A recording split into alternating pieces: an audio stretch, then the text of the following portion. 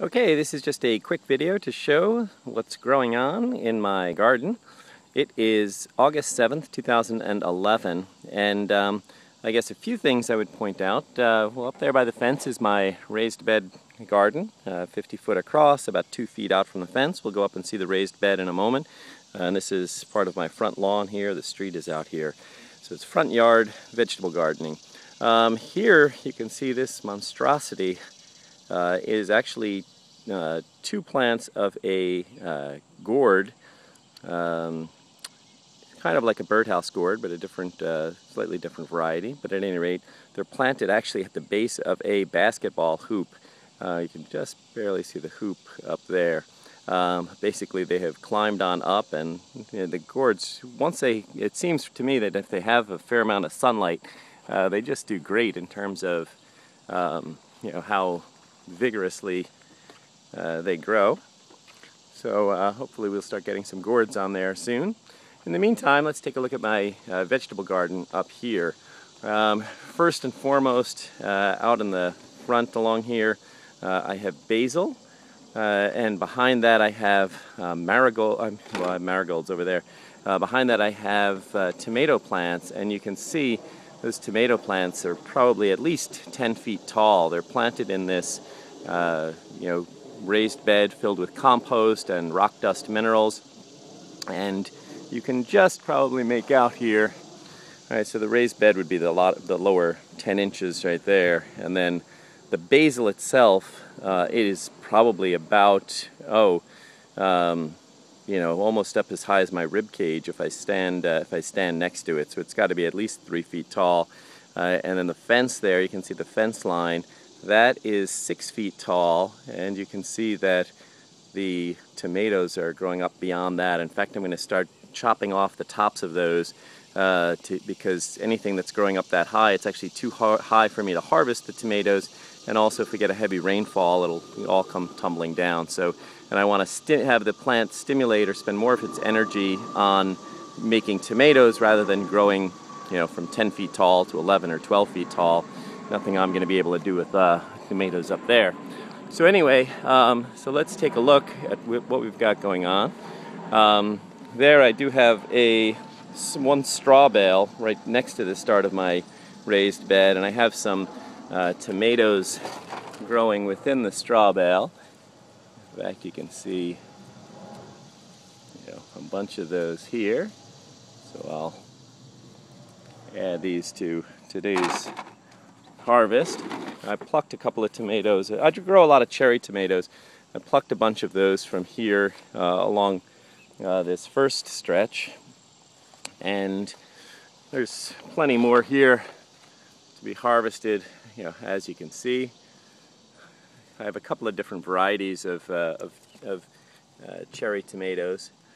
So those are doing well right now. They really just started I just started harvesting them within the last couple of weeks, and this is the most there's been in a given day.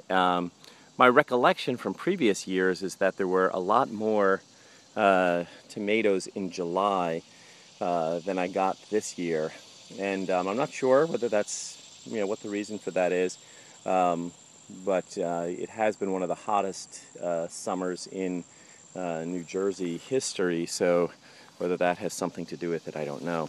I've got more basil here. Again, I'm standing next to the basil here, and this area of the basil is about waist high. Back here I have some nasturtium, which are edible flowers. This is the leaf of it, of course. Nasturtium have a peppery taste. I have some, the vines left here from some sugar snap peas. Here's a couple I guess I didn't get to harvesting. What you see here, this metal grate is, mesh thing, is what you would use for if you were laying down big areas of concrete. And I use this for having my plants trellis up it, because this was a very cheap and easy way. It's way, way, way easier than putting individual stakes for individual tomato plants and all of that. In the back here I have some squash. In fact, there's one that I really should probably harvest today. Yep, so I'll get to that after the video. Harvesting that squash, yellow summer squash specifically. Here you can see I've got some marigolds here. Marigolds are edible flowers, and also I kind of have the idea of trying to grow edible things and also trying to have my garden look aesthetically pleasing, since it is out on the front lawn. And one thing I certainly made a mistake, I would say, here is I planted, I typically plant 2 rows, or one in the back and one in the front. And I try to, plan it out so there's shorter things in the front, obviously, and longer and taller things in the back, or things in the back that are going to trellis, up the fence. And there's a bee. I haven't seen a lot of bees this year, interestingly. Way less, I think, than previous years. Although, it's just by recollection, but. It seems like last year or two, there'd always be lots of bees out whenever I was out here, and this year it's only occasionally that I spot them, and I'm wondering if that's why I'm seeing a little bit less of my fruits or vegetables coming forth. But anyway, here I planted 2 varieties of marigolds. These dwarf marigolds here, which are only maybe knee-high. And then here some taller marigolds here. And the tall marigolds, I'll tell you, plants, whatever the plant says it should grow, what its normal height is, if I'm growing it here in pure compost with rock dust minerals, and I have it on the drip irrigation system, the soaker hose, it seems like it's just going to grow, maybe even double the height. So I really did not take that into account appropriately here. This marigold, I can tell you, if I'm standing right next to it now, some of these marigolds are almost as tall as my chin. So certainly 5.5, maybe at least 5 feet tall anyway. Maybe shave off a couple of the 10 inches for the raised bed part. But even so, point being, I planted those in front of my yellow squash. I had a bunch of yellow squash plants along here. And clearly you can see the yellow squash that were planted behind the basil, which didn't shade it out so much. Those are the yellow squash that are growing, and that that you saw one just a moment ago. Compare that with the yellow squash here. You can see there's sort of a big dead area behind these tall marigolds. And although the marigolds look nice, certainly if I had to choose between growing an area of marigolds and killing an area of my summer squash versus skipping the marigolds, I'd rather skip the marigolds. So I'll need to keep that in mind for future years, and maybe if I'm planting marigolds, is only to plant the dwarf or low variety. Anyway, coming along, I have an area of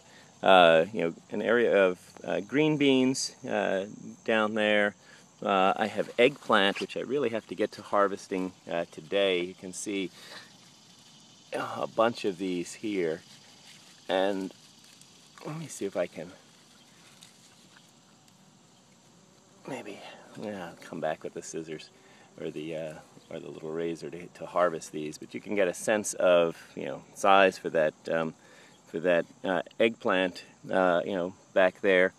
I have some celery here and a few things around it to try to keep the groundhogs and rabbits and deer and things from eating it.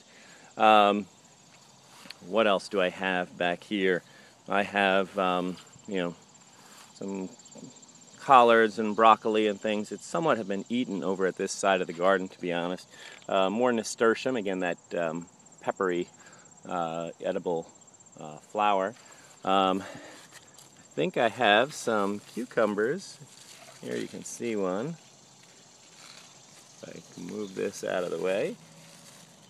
Here's a decent-sized cucumber. And one of the things with the garden, this year I've been fairly busy with work, so I haven't been getting out here very much and have been doing some travel. So it's sort of like, when I get out to the garden, there's all kinds of things going on in terms of, things to be harvested and things to be brought in and such. I have more down here. I have actually, there were some areas where I had tomatoes growing last year, but I also had potatoes, growing in some areas along here.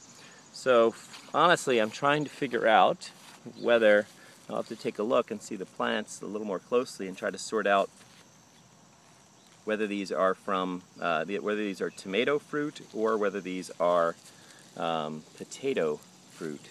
The leaves and the plants both look very similar. I think they're in the Solanaceae family. And I'm not sure if the potato fruit, which I have had before, growing, I'm not sure if those are edible, so I've got to figure that out before I maybe eat those. And then I've got potatoes in down here, and I've got some gourds that are growing along the fence back here. So anyway, that's the general scoop on what's going on in my front yard vegetable garden, August 7th, 2011. Happy gardening!